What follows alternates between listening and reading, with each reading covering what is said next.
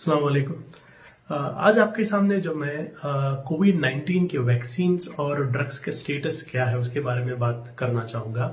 बहुत सारे न्यूज़ में आप लोग देखते होंगे कि कोविड-19 के सिलसिले में अलग अलग जगह जब रिसर्चेस चल रहे हैं तो उसका स्टेटस क्या है वैक्सीन, क्या है ड्रग्स, क्या है उसके बाद ट्रीटमेंट। ये बहुत सारी चीज़ें अलग अलग जगह आप सुनते होंगे, तो मैं आज कोशिश करूंगा इन सारे चीज़ों को एक वीडियो में आपके सामने रखने की कोशिश करूंगा।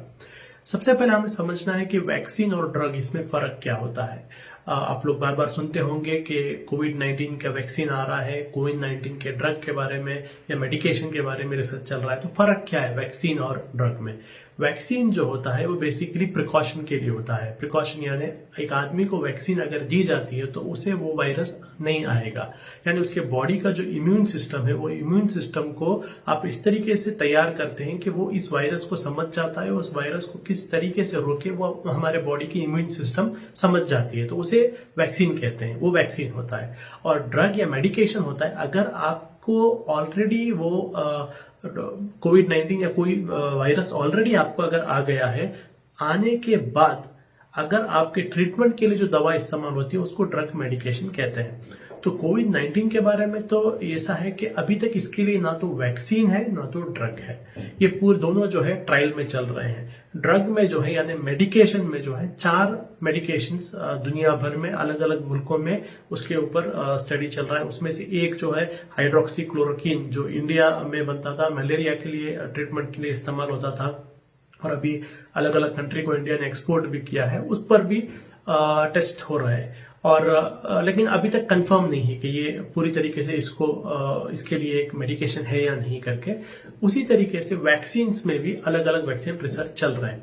वर्ल्ड हेल्थ ऑर्गेनाइजेशन WHO के मुताबिक जो है पूरे दुनिया में जो अभी 83 अलग अलग कंपनीज जो है कोविड-19 वैक्सीन के रिसर्च कर रहे हैं।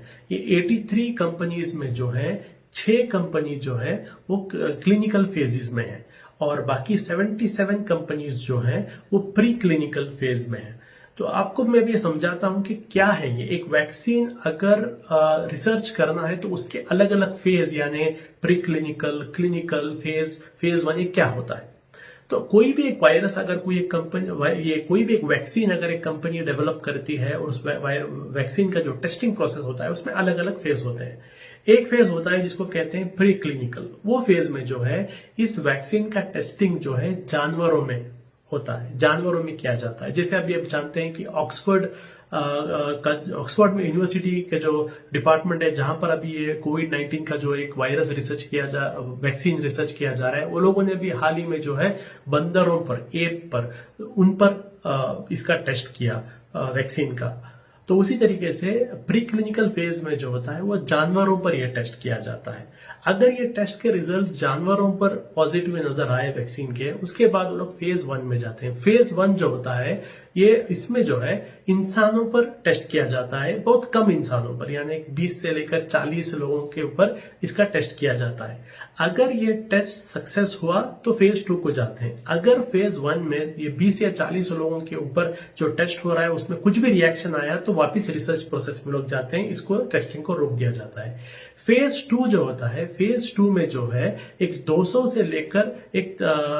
से लेकर 200 लोगों के बीच में या 300-400 ऐसे लोगों के ऊपर ये टेस्टिंग किया जाता है। ये फेज 2 होता है जिसमें लोगों की संख्या बढ़ाई जाती है, 100, 200, 300 ऐसे लोगों पर टेस्टिंग किया जाता है। ये फेज 2 है। फेज 2 में अगर सक्सेस हुआ तो उसके बाद आता है, उसको कहते हैं फेज 3। फेज 3 में क्या करते हैं कि इस वैक्सीन को जो है ऐसे एरिया में ट्राई करते हैं जिस एरिया में इस वायरस का इंपैक्ट ज्यादा है। मिसाल कोई एक गांव है या कोई एक मोहल्ला है या कोई एक रीजन है जहां के लोगों पर ये वायरस का असर ज्यादा है, वहां पर वायरस बहुत तेजी से फैल रहा है। ऐसे एक छोटे से एरिया को सिलेक्ट कर वहां के लोगों को ये वैक्सीन का एक डोज दिया जाता है। उसके बाद इस वैक्सीन का रिजल्ट सक्सेस है या फेलियर इस बात से पता चलता है कि अगर जितने लोगों को उस एरिया में जहां पर ये वायरस आने की बहुत ज्यादा आपको चांसेस है, ऐसे एरिया में इतने लोगों को वैक्सीन देने के बाद उनमें से अगर बहुत ही कम लोगों को ये वायरस इंपैक्ट हुआ तो वो लोग सक्सेस समझ लेते हैं कि हाँ, इस वैक्सीन की वजह से क्या हो रहा है कि लोगों को ये वायरस इंपैक्ट नहीं हो रहा है। तो ये अलग अलग फेसिस हैं। अब पूरे दुनिया में अगर हम देखेंगे तो इंडिया में भी जो है ऑलमोस्ट 6 इंडियन कंपनीज हैं, जो मैंने बताया 83 कंपनी में जो इसका रिसर्च कर रहे हैं, लेकिन सारे कंपनीज जो है वो अभी प्री क्लिनिकल फेज में, यानी ह्यूमन टेस्ट में अभी तक वो नहीं आए। ह्यूमन टेस्ट में पूरे दुनिया में जो हम देखते हैं 6 कंपनीज हैं जो ह्यूमन टेस्ट में आए हैं। उसमें भी 2 कंपनीज जो है फेज 2 में आए हैं। उसमें से एक चाइना का एक कंपनी है, बीजिंग इंस्टीट्यूट है, और दूसरा जो है ऑक्सफोर्ड का जो इंस्टीट्यूट है, यूनिवर्सिटी का। ये 2 लोग जो है फेज 1 फेज 2 के बीच में हैं लोग। तो ये एक करंट स्टेटस है। सेकेंडली देखिए, ये वायरस का, किसी भी वायरस का वैक्सीन जो है इतना जल्दी मार्केट में नहीं आता। अगर आप इससे पहले के देखेंगे, टीबी जो देखेंगे, टीबी वायरस का पूरी तरीके से एक वैक्सीन आने के लिए 20 साल लगे। डेंगू के वैक्सीन आने के लिए पूरी तरीके से रिसर्च पूरा होने के बाद उसके लिए भी 20 साल लगे। तो इतना जल्दी नहीं होता। लेकिन ये जो सबसे अब तक का जो रिकॉर्ड है, सबसे फास्ट वैक्सीन आया है जो मम्स वैक्सीन था, जो हम जानते हैं कि 4 साल के अंदर आया। 1967 में 4 साल के अंदर उसको बनाया गया और उसको रिलीज किया गया लाइसेंसिंग के साथ। सबसे फास्ट अब तक रिकॉर्ड वो है। अब उसके अलावा लेकिन कोविड-19 में ये मत आप समझिए कि इसके लिए भी 20 साल लगेंगे। ये भी बहुत जल्दी हो सकता है, क्योंकि जब पैंडेमिक होता है, पैंडेमिक का मतलब महामारी होता है, बहुत तेजी से चीजें फैल जाती हैं। उस वक्त क्या होता है कि ये जो वैक्सीन का जो प्रोसेस होता है, उस प्रोसेस को स्पीड अप होता है। बहुत सारा फंडिंग आता है वैक्सीन के लिए। आप समझिए, इसके रिसर्च के लिए बहुत पैसा चाहिए। तो बहुत सारे गवर्नमेंट जो है और प्राइवेट इंस्टीट्यूट जो है बहुत पैसा इसके अंदर डालते हैं। अभी आप देखेंगे दुनिया के अलग अलग गवर्नमेंट हो, बिल गेट्स फाउंडेशन हो, ऐसे अलग अलग लोग बहुत पैसा इसके अंदर डाल रहे हैं वैक्सीन का रिसर्च के लिए। तो बहुत पैसा आएगा इसके अंदर, बहुत सारे साइंटिस्ट इन्वॉल्व हो जाएंगे, तो जल्दी आने का चांस है। और बहुत सारे रिपोर्ट्स के मुताबिक 2021 की शुरुआत में ये वायरस ये वैक्सीन का जो है एक मार्केट में लॉन्च होने का और पब्लिक के लिए अवेलेबल का भी एक चांसेस बताया जा रहा है।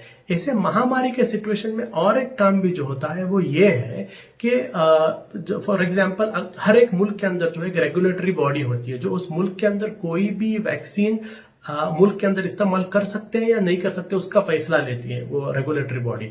तो ऐसे वक्त पर क्या हो सकता है कि अलग अलग कंट्रीज के जो रेगुलेटरी बॉडीज हैं, इमरजेंसी के तौर पर लोग ऐसा फैसला ले सकते हैं कि अगर ऐसा एक वैक्सीन दूसरे मुल्कों के रेगुलेटरी बॉडीज ने अप्रूव कर दिया है तो हम भी उसे अप्रूव करेंगे।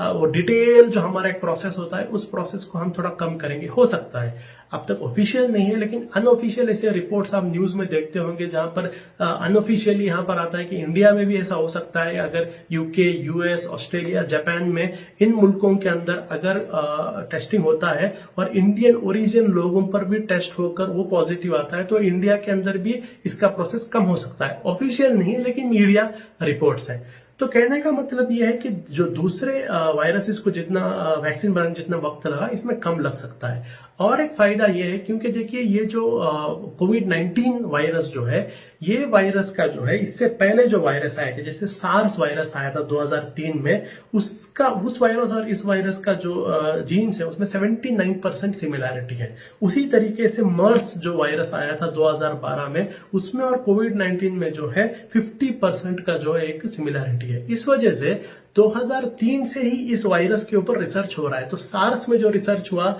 मर्स वायरस में जो रिसर्च हुआ, वो रिसर्च कोविड-19 वायरस के लिए बहुत ही इस्तेमाल होगा। और वो इतने सालों का जो रिसर्च है, वो रिसर्च भी कोविड-19 के वायरस और वैक्सीन रिसर्च में काम आएगा। इसलिए कोविड-19 का वैक्सीन जल्दी आ सकता है, क्योंकि इसके पीछे सार्स वायरस और मर्स वायरस का वैक्सीन रिसर्च भी इसके लिए बहुत इस्तेमाल होगा।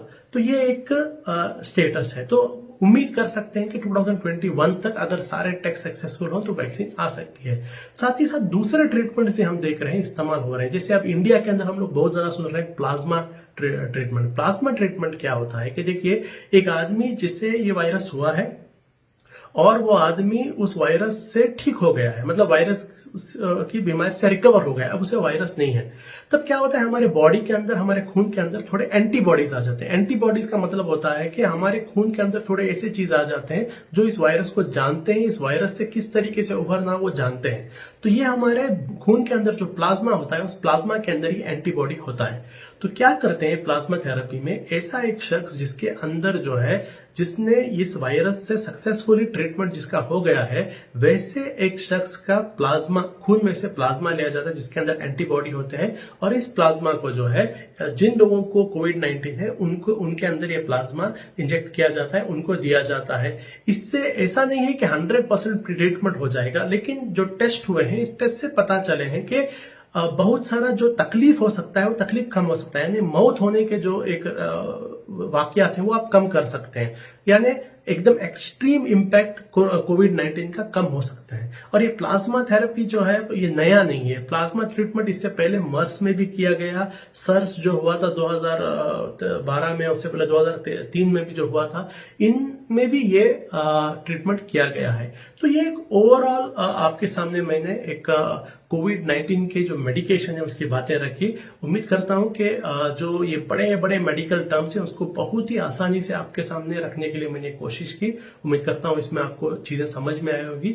आगे दूसरे ऐसे टॉपिक्स में आपके सामने अलग अलग वीडियो लेके आएंगे। तब तक के लिए शुक्रिया।